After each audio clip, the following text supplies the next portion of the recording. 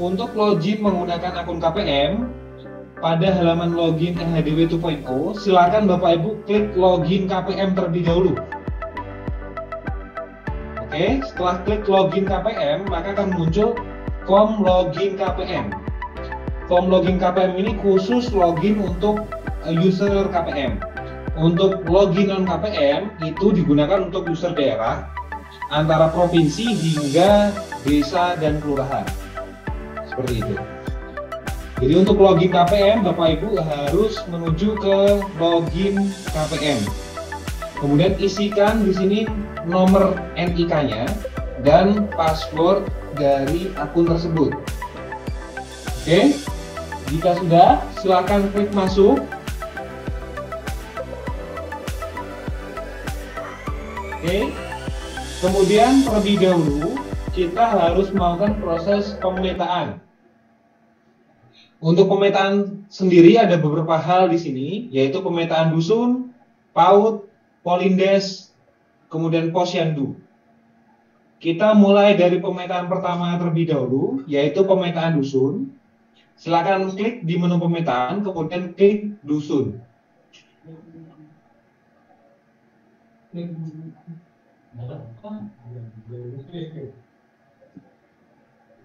Silakan Bapak Ibu klik tambah dusun di sini untuk memasukkan nama-nama dusun di daerah dan Ibu sekalian.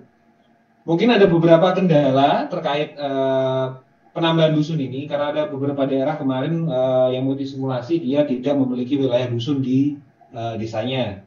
Mungkin jika tidak ada, silakan nanti diisikan nama desanya saja. Jadi hanya satu dusun, tapi sebenarnya dia adalah nama desa. Boleh dilakukan seperti itu, karena proses penginputan dusun ini adalah proses yang wajib, gitu, yang wajib dilakukan sebelum nanti proses penginputan data sasaran. Oke, kita coba contohkan mungkin satu di sini.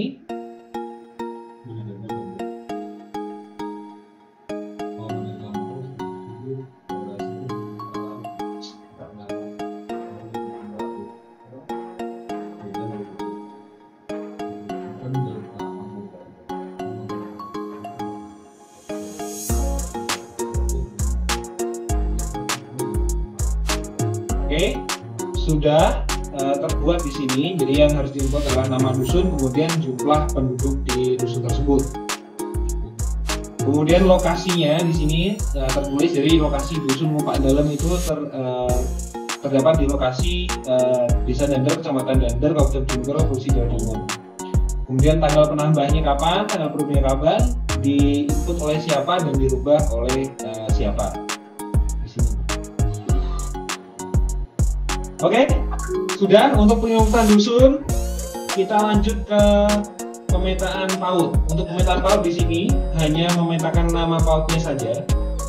Jadi Bapak Ibu tinggal masukkan nama PAUD di daerah Bapak Ibu. Ketika di daerah Bapak Ibu tidak terdapat PAUD atau sejenisnya atau BKP atau sejenisnya, untuk pemetaan ini bisa ditiadakan seperti itu.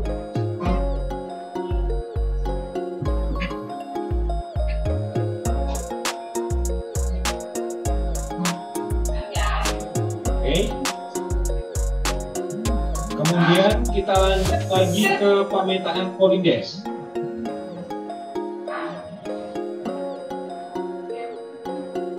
Mungkin saya jelaskan, jadi untuk pemetaan Polindes atau Puskesdes ini Bapak Ibu bisa masukkan bentuk dari fasilitas kesehatan lain di desa. Mungkin ada puskesmas pembantu dan lain sebagainya, itu bisa dimasukkan dalam pemetaan Polindes atau Puskesdes. Jadi Bapak Ibu bisa menambahkan awalannya, jadi jenisnya apa, apakah Polindes, Puskesdes ataupun puskesmas pembantu sebelum nama dari fasilitas kesehatan tersebut. Gitu. Misalnya saya contohkan di sini bentuknya adalah puskesmas pembantu.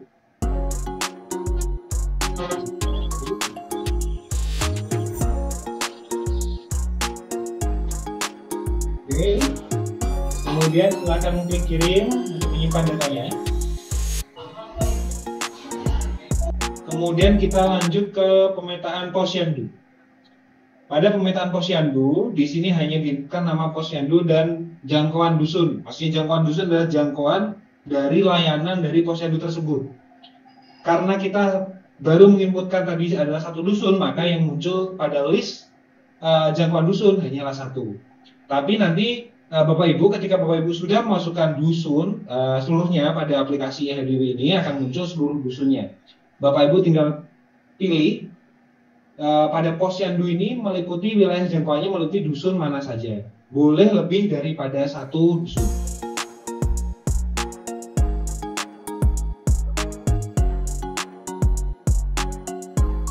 Oke, sudah lengkap kita untuk melakukan pemetaan dari dusun, PAUD, Polindes, posyandu. Kemudian kita lanjut pada tahap pertama yaitu penginputan data sasaran oleh KPM. Pada akun yang sama, silakan Bapak Ibu pilih menu penerima manfaat. Di sini ada 5 kelompok sasaran, ada keluarga sasaran, anak 0 sampai 59 bulan, remaja putri, calon pengantin, ibu hamil dan nifas. Kita coba mulai dari yang paling muda terlebih dahulu, yaitu anak 0 sampai 59 bulan. Bapak Ibu tinggal klik menu penerima manfaat pada anak 0 sampai 59 bulan.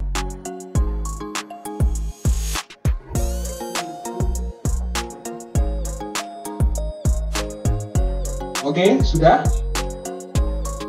Pada kasusnya anak 0 sampai 59 bulan ada beberapa kasus di mana anak tersebut tidak memiliki NIK atau belum terdaftar NIK-nya. Adapun anak yang ketika sudah lahir dia sudah memiliki nomor induk.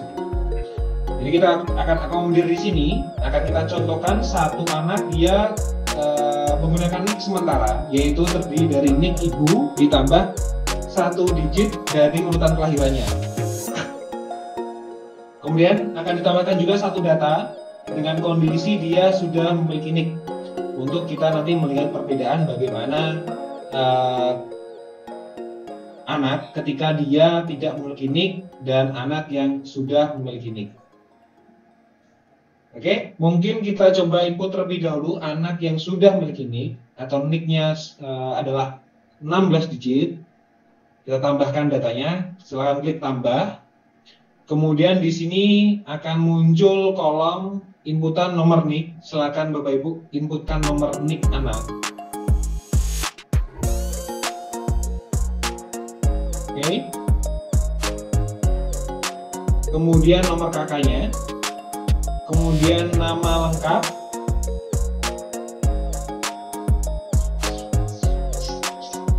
Jenis kelamin, kemudian tanggal lahirnya.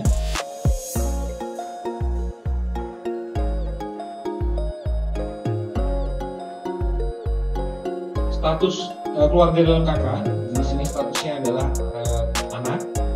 Kemudian dusun domisilinya, ini sesuai dengan pemetaan dusun yang Bapak Ibu inputkan. Kemudian nama ayah kandung, nama ibu kandung.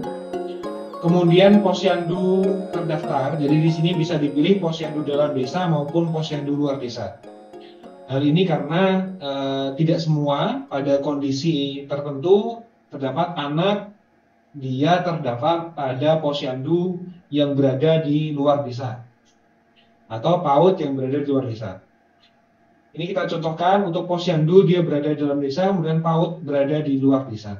Untuk PAUD di luar desa, Bapak Ibu tinggal pilihkan di sini PAUD luar desa dan diketik di sini untuk nama PAUD tersebut.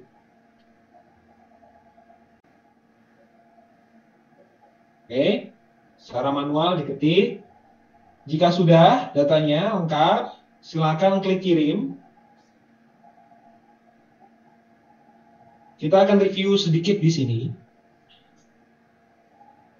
Oke, dia adalah kelompok sasaran anak 0 sampai 59 bulan dengan nomor KK seperti yang ada di layar, kemudian NIK-nya, kemudian namanya, jenis kelamin, tanggal lahirnya, kemudian umur anak tersebut per hari ini, nama ayahnya dan nama ibunya. Kemudian untuk lokasinya kita bisa lihat di sini dusunnya adalah Ngumpak Dalem, sesuai tadi yang kita input di menu pemetaan. Di Desa Dander, Kecamatan Dander, Kabupaten Bojonegoro, Provinsi Jawa Timur. Untuk posyandunya, anak tersebut terdaftar pada posyandu Mayang Sari. Untuk PAUD-nya, anak tersebut terdaftar pada PAUD Kumon, tapi ada strip di sini luar desa, maksudnya PAUD Kumon berada di luar desa.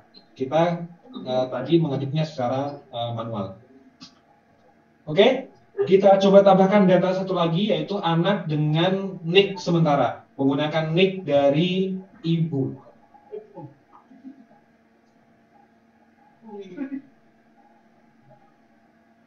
Oke. Untuk NIK sementara, di sini telah terdapat indikator berwarna biru bertuliskan menggunakan NIK sementara. Ini sebagai validasi Bapak Ibu ketika Bapak Ibu terlewat atau melebihi 16 digit, apakah dipastikan terlebih dahulu apakah dia memang NIK sementara 17 digit ataukah NIK yang sebenarnya 16 digit. Oke, kemudian nomor kakaknya, kemudian nama dari anak tersebut, kemudian lahirnya.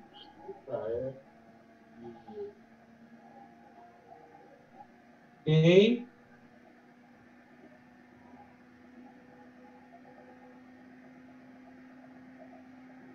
Coba semuanya di dalam desa di sini. Jika sudah, silakan klik tambah.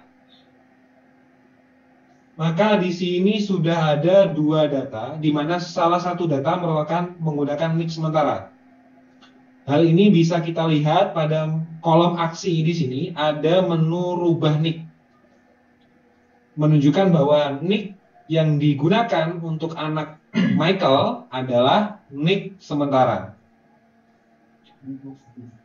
Dan NIK ini dapat Bapak Ibu nanti rubah ketika anak Michael ini sudah mendapatkan NIK yang resmi.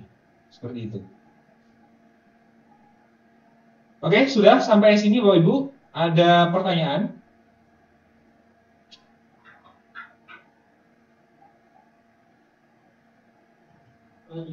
Lanjut Pak, lanjut. Oke, saya kira cukup. Di sini pada setiap kelompok sasaran terdapat 3 buah tab di sini. Ada terverifikasi, belum verifikasi, dan pemantauan selesai. Untuk data yang baru diinputkan oleh KPM akan masuk ke dalam tab belum verifikasi. Jadi harus dilakukan pemeriksaan oleh admin desa terlebih dahulu. Setelah dilakukan pemeriksaan, maka data tersebut akan berpindah pada tab terverifikasi. Sehingga pada proses ini adalah proses KPM melakukan pemantauan. Jika anak tersebut sudah melewati batas pemantauan atau sudah berumur 5 tahun atau kondisi tertentu, maka pemantauannya dihentikan, maka pemantauan tersebut, data anak tersebut akan berpindah ke pemantauan selesai. Untuk melakukan proses penginputan indikator, Bapak Ibu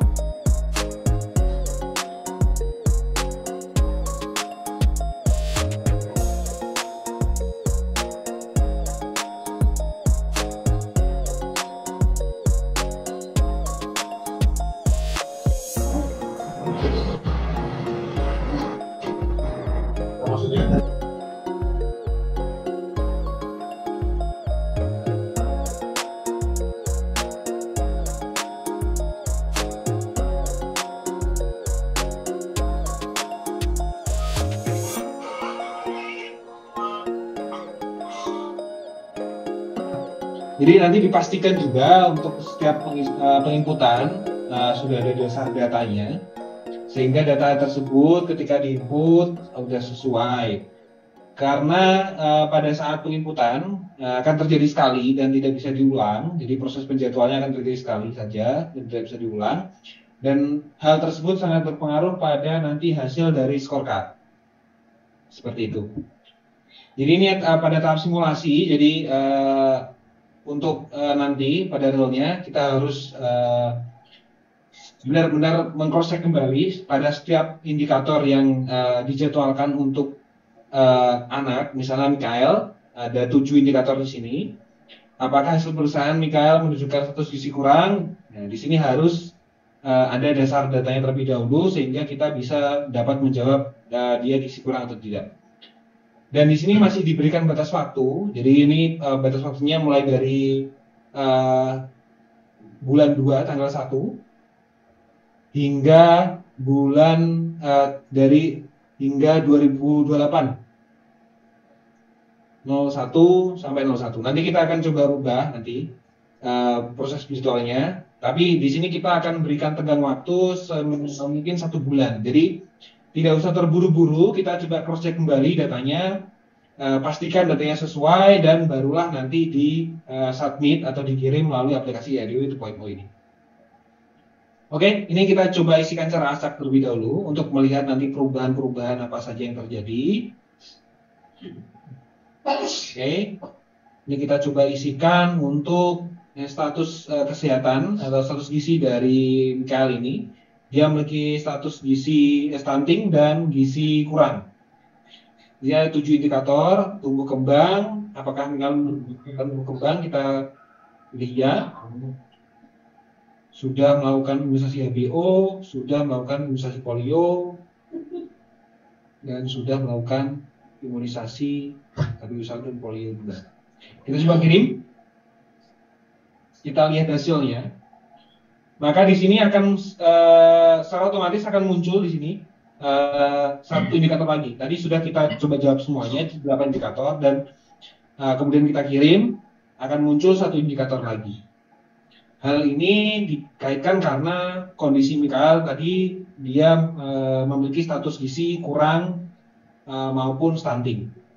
Jadi di sini harus terdapat tambahan layanan yang harus diberikan untuk Mikael, yaitu adalah mendapatkan tambahan asupan gizi atau tidak, seperti itu.